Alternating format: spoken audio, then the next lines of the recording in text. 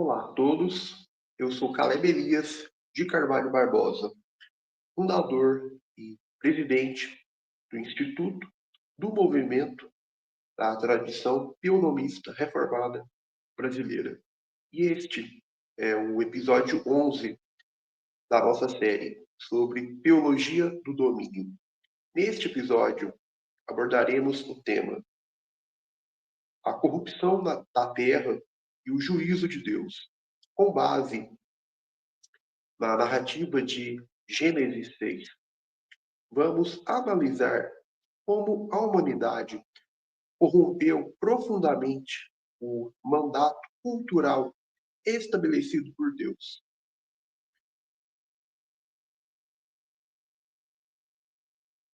Abandonando a aliança e promovendo uma cultura de violência, impiedade e rebelião. A terra se encheu de pecado, porque os homens, rejeitando o domínio pactual de Deus, buscaram estabelecer suas próprias normas e civilizações autônomas. Como resposta, Deus anuncia o juízo mundial por meio do dilúvio, sinalizando não apenas a destruição de uma geração ímpia, mas também afirmando a santidade de sua aliança e a necessidade de separação entre a linhagem piedosa e a cultura rebelde.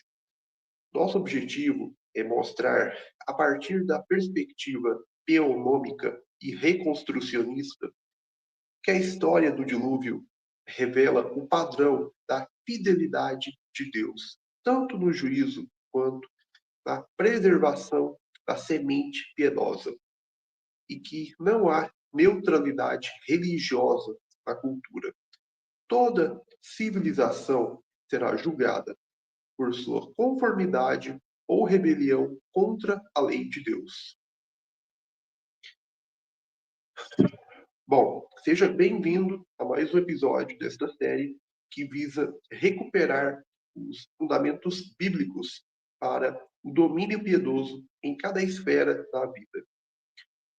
Bom, a narrativa de Gênesis 6 descreve uma era em que a humanidade mergulhou em uma espiral de apostasia, corrupção cultural e violência generalizada. Este período marca o ápice da degeneração espiritual iniciada com a queda de Adão e agravada pelas escolhas culturais da linhagem de Caim. O texto bíblico declara: E viu o Senhor que a maldade do homem se multiplicara sobre a terra, e que toda imaginação dos pensamentos de seu coração era só má continuamente. Este versículo expõe a corrupção radical da natureza humana, cujas intenções e desejos estavam constantemente inclinados para o mal. A depravação não era apenas comportamental, mas atingia o âmago do ser, o coração, a sede da vontade. Estava pervertido em sua totalidade. Este é o testemunho claro da doutrina da depravação total. Além disso, Gênesis 6, 11 a 12 reforça a ideia de uma corrupção abrangente.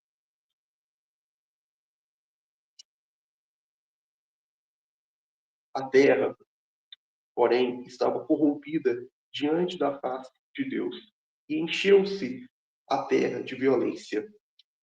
E viu Deus a terra, e eis que estava corrompida, porque toda a carne havia corrompido o seu caminho sobre a terra. A violência, em hebraico, Hamas, tornou-se a marca registrada da sociedade. Isso aponta para um colapso moral, uma cultura onde o direito é substituído pela força, onde a justiça é ignorada e onde o próximo é tratado como obstáculo a ser eliminado. Em vez de exercerem o domínio para cultivar a terra em obediência a Deus, os homens passaram a oprimir, a destruir, a corromper e a desafiar abertamente a ordem divina. Essa corrupção não se limitava à esfera privada. O texto indica que toda a carne havia corrompido o seu caminho, o que implica uma degradação cultural sistêmica, uma civilização inteira em rebelião contra o Criador. A impiedade dominava as famílias, os relacionamentos, os tribunais, as instituições e os centros de influência. A apostasia cultural era tão profunda que provocou o pesar e a ira santa de Deus. Então arrependeu-se o Senhor de haver feito o homem sobre a terra, e pesou-lhe em seu coração. Gênesis 6:6. Este arrependimento de Deus é uma linguagem antropopática, uma maneira de comunicar aos homens a gravidade do pecado e a seriedade do juízo divino. Deus não muda, mas revela sua disposição contra a injustiça de forma inteligível ao homem. O que vemos aqui é o início de uma intervenção soberana e judicial onde Deus se dispõe a eliminar uma cultura ímpia e preservar apenas a semente fiel. Assim, a decadência espiritual e moral da humanidade não foi um problema isolado de alguns indivíduos, mas o colapso completo de uma civilização que rejeitou o pacto de Deus. A crise da humanidade antes do dilúvio não foi apenas moral e espiritual em termos individuais, mas uma violação sistêmica do mandato cultural instituído por Deus em Gênesis 1:28. O pecado não apenas deformou o coração humano, mas também subverteu a missão cultural confiada ao homem, afetando profundamente a sociedade, a família, a cultura e todas as instituições humanas. O mandato cultural foi dado no Éden como um chamado ao domínio piedoso sobre a criação, um governo santo, frutífero e civilizador. Frutificai, multiplicai-vos, enchei a terra e sujeitai-a, dominai sobre os peixes no mar e sobre as aves dos céus. Gênesis 1:28. Contudo, ao invés de expandirem o domínio de Deus por meio da piedade, da justiça e da obediência, os homens pré-diluvianos perverteram esse mandato, utilizando seu poder, criatividade e influência para edificar uma cultura de impiedade, violência e rebelião coletiva. O que Deus ordenou como bênção, o homem transformou em instrumento de destruição. A cultura do homem e da sociedade é inescapavelmente religiosa. Ou ela será fundamentada na lei de Deus, ou será uma tentativa demoníaca de autonomia. E no mundo antediluviano prevaleceu a segunda opção. Essa corrupção se expressa visivelmente nas instituições fundamentais da civilização. Primeiro, a família. A união entre os filhos de Deus e as filhas dos homens, Gênesis 6, 1-4, representa a intervenção de seres celestiais caídos, anjos que abandonaram sua habitação. Veja 2 Pedro 2,4. Judas, capítulo 6, para se corromperem com mulheres humanas. Essa violação direta das ordens criacionais de Deus resultou em uma união antinatural, motivada pela luxúria e pela rebelião contra os limites estabelecidos pelo Criador. O fruto dessas uniões ilícitas foram os Néfilins, seres poderosos e violentos que encheram a terra de corrupção. Esse processo marcou a ruptura do padrão divino para a família, pervertendo o mandato cultural, desde sua estrutura mais fundamental e lançando a humanidade em um ciclo de degeneração espiritual e institucional. A família, que deveria ser instrumento de piedade e transmissão da aliança, tornou-se agente de decadência e impiedade generalizada. A sociedade pré-diluviana abandonou os padrões de justiça revelados por Deus. Como revela Gênesis 6:11, a terra estava cheia de violência. Isso sugere um colapso total da ordem civil, um mundo governado por tirania, força, assassinato e opressão, onde o direito foi substituído pelo poder e a autoridade legítima por formas tirânicas de dominação. Né? Então, esse é o segundo ponto, né? Governo e a ordem social. Terceiro ponto, a cultura e a técnica. O desenvolvimento de ferramentas, música, cidades e tecnologia descrito nos descendentes de Caim, Gênesis 4, 17 a 22, não foi usado para a glória de Deus, mas para a afirmação da autonomia humana. Assim, a cultura foi instrumentalizada como veículo de rebelião. Ao invés de glorificar o Criador, o homem passou a glorificar a si mesmo, construir impérios de orgulho e promover a perversão do que Deus havia declarado como muito bom. A cultura, bom, então temos o resultado que é uma cultura antipactual.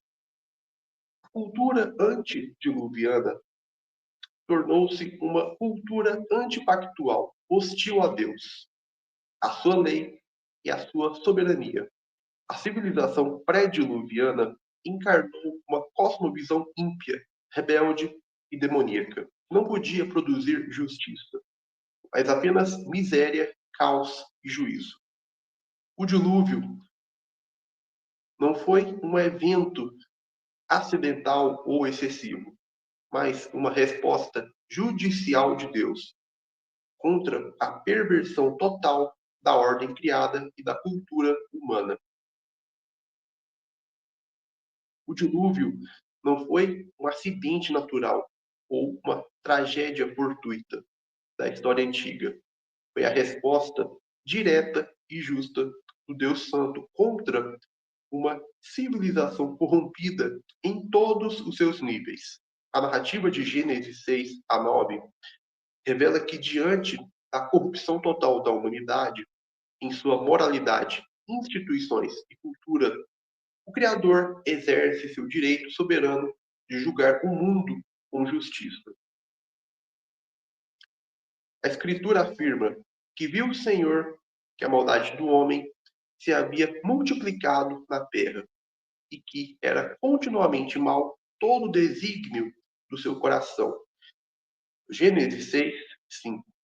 Isso descreve uma cultura dominada pelo pecado, onde cada esfera da sociedade humana se afastou do propósito divino. A corrupção não era meramente pessoal, mas estrutural, institucionalizada, normalizada e celebrada. Deus então anuncia seu juízo. Farei desaparecer da face da terra o homem que criei. Gênesis 6, 7. Esse decreto de destruição em massa é expressão de sua justiça retributiva. A resposta divina ao pecado público, institucional e cultural é o juízo público, visível e inescapável.